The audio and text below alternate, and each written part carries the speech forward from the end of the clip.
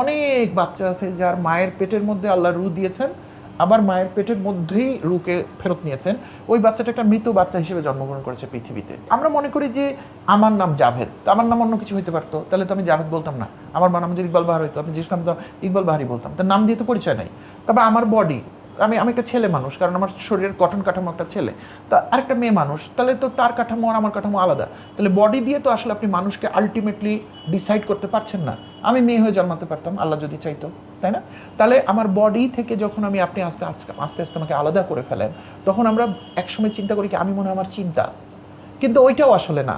একসময় দেখা যায় যে আমি আসলে, মানে অল্প কথায় বলছি, এটা একটু কনফিউশন হতে পারে, আমি এখনই বলে রাখলাম, আমরা আসলে একটা স্পিরিট বা একটা আত্মা কিংবা একটা রূহ, যে নামেই আপনি ডাকেন, আমি বলি এটা লাইফ এনার্জি।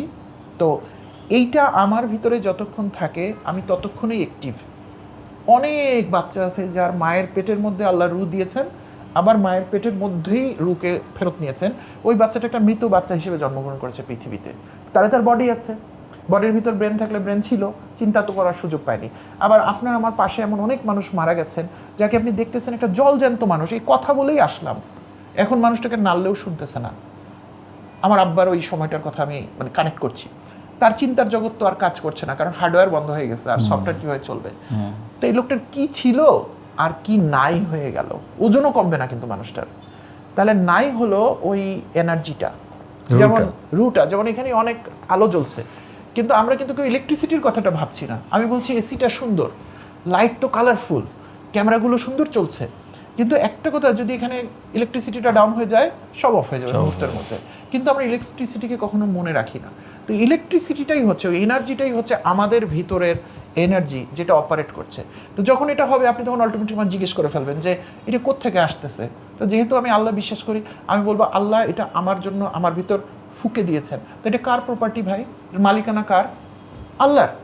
তাহলে আমার তো কাজ দুনিয়াতে, ওই যে শুরুতেই বললাম, আমার দুনিয়াতে মিশন একটাই, তাকে হ্যাপি করা, এবং তিনি যেগুলো করলে খুশি হয় আমি সেই কাজগুলোই করব। সেই কাজগুলো উপার্জন করার মধ্য দিয়েও কিন্তু করা যায়। যেমন একজন ডক্টর, প্রায় ডক্টর উদাহরণ দিই, ডক্টরের সাথে কোনো সমস্যা নাই। ডক্টরকে বিদ্যা শিক্ষার মধ্যে দিয়ে এমন একটা স্কিল শেখানো হয় যে আপনার নাড়িটা ধরবে, একটা ওষুধ দিবে, আপনি সুস্থ হয়ে গেলেন। এটা কিন্তু একটা বিরাট ক্যারিশমা, তাই না? একটা অসুস্থ মানুষ সুস্থ করে দিল, তাহলে সেটা তো তাকে আল্লাহ তাআলা একটা ক্যাপাবিলিটি দিছে যেটা আজকে আমার নাই। তো একজন ডাক্তার যদি প্রতিদিন ঘুম থেকে উঠে যে আমি মানুষকে সুস্থতা দিব, এই নিয়ত নিয়ে যদি সে হসপিটালে যায়, চেম্বারে যায়, তাহলে কিন্তু সে মানুষকে সুন্দর দেখতে তার ভালো লাগবে, এবং তার কিন্তু ক্যাশ বাক্সে কমতি হবে না, কারণ ওরকম ডাক্তারের কাছে মানুষ যেতে চায়।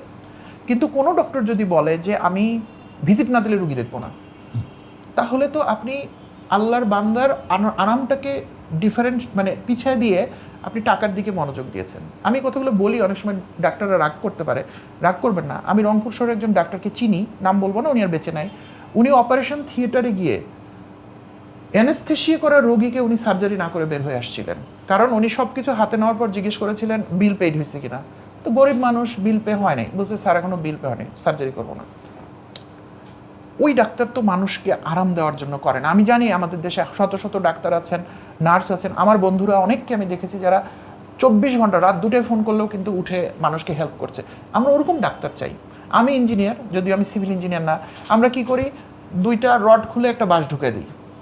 এটা করে আপনি কিভাবে মানবতার সেবা করতেছেন? তাহলে যে করে কি জন্য করে? অন্যায়ভাবে 2টা পয়সা বেশি উপার্জন করা। কিন্তু এই বিল্ডিংটা যখন ভেঙে পড়বে, আমাদের এখানে ওই যে থেকে ফ্লাইওভার থেকে কি যেন পড়ে গিয়ে একটা রাস্তার মানুষ তার জীবনটা শেষ হয়ে গেল না, তার সংসারটা, দায়টা কে নিবে? তাহলে যে কিউসি ইঞ্জিনিয়ার কাজটা শেষ, আমি তাকে দায় দিব। তাহলে এই যে আপনি একজন ইঞ্জিনিয়ার, আপনার কাজ, মানে ইঞ্জিনিয়ারকে বলছি, আপনি একটা বিল্ডিং ডিজাইন করবেন যেখানে কম আলো খরচ হয়, কম গ্রিন এনার্জি থাকবে, মানুষ ভালো ফিল করবে বিল্ডিংটা ঢুকে। এইটাই তো ভাই আপনার কারিশমা। আপনি এটা করেন না, এবং এই আর্কিটেক্ট, এই ইঞ্জিনিয়ার হলে মানুষ আপনাকে বেশি বেশি প্রজেক্ট দিবে। কিন্তু আমার যদি প্রথমেই কাজটা হয়ে যায় যে টাকা দিয়ে কাজটা নিয়েছি, তাহলে আমার টাকাটাকে তুলতে হবে, তাহলে তো আমি ওই যে মানবতার যে সেবার জায়গাটা, ওখান থেকে সরে গিয়ে আমি ইভিলের সেবা করছি, কারণ ইভিল আমাকে মনিটারি সিস্টেম দেখিয়েছে এবং শিখিয়েছে। তো এরকম সব কিছু ভাই। আমি সেদিন একজনকে বলছিলাম গল্পে যে আপনি ভেটেরিনারি ডাক্তার হইতে চাইবেন? আমাদের সমাজের একটা খুবই অবহেলিত পেশা হচ্ছে ভেটেরিনারি ডাক্তার। মানুষ বলে গরুর ডাক্তার, কিন্তু ও তো অনেক মানুষের ডাক্তারের থেকে ভালো, যে একটা অবলা প্রাণীকে ও আরাম দিতে পারে। এই যে সেদিন একটা কুকুরের কি যেন হলো, প্রধানমন্ত্রী নাকি বলেছিলেন ওর সামথিং, আমি পেপারে মানে নিউজে পড়েছি সত্য কথা, পরে তাকে কিন্তু সার্জারি করে কুকুরটাকে মনে হয় বাঁচানো হয়েছে। তো যে মানুষটা সার্জারি করছে ওর হাত আছে না, তো একটা বিশাল সেবা করছে। আমরা যখন রাস্তা দিয়ে হেঁটে যাই, একটা গাছ দেখি, একটা গাছ, কেউ যদি গাছটাতে একটু পানি দেয় কিংবা একটা গাছ রোপণ করে, এটা তো প্রকৃতির জন্য অনেক বড় সেবা হচ্ছে, তাই না? আমি যদি সোফাটা ঠিক মতো রেখে যাই, আলটিমেটলি আরেকজন মানুষের জন্য তো উপকার, অথবা যে মানুষটা ক্লিনিং করে তার জন্য তো একটু আসান হলো।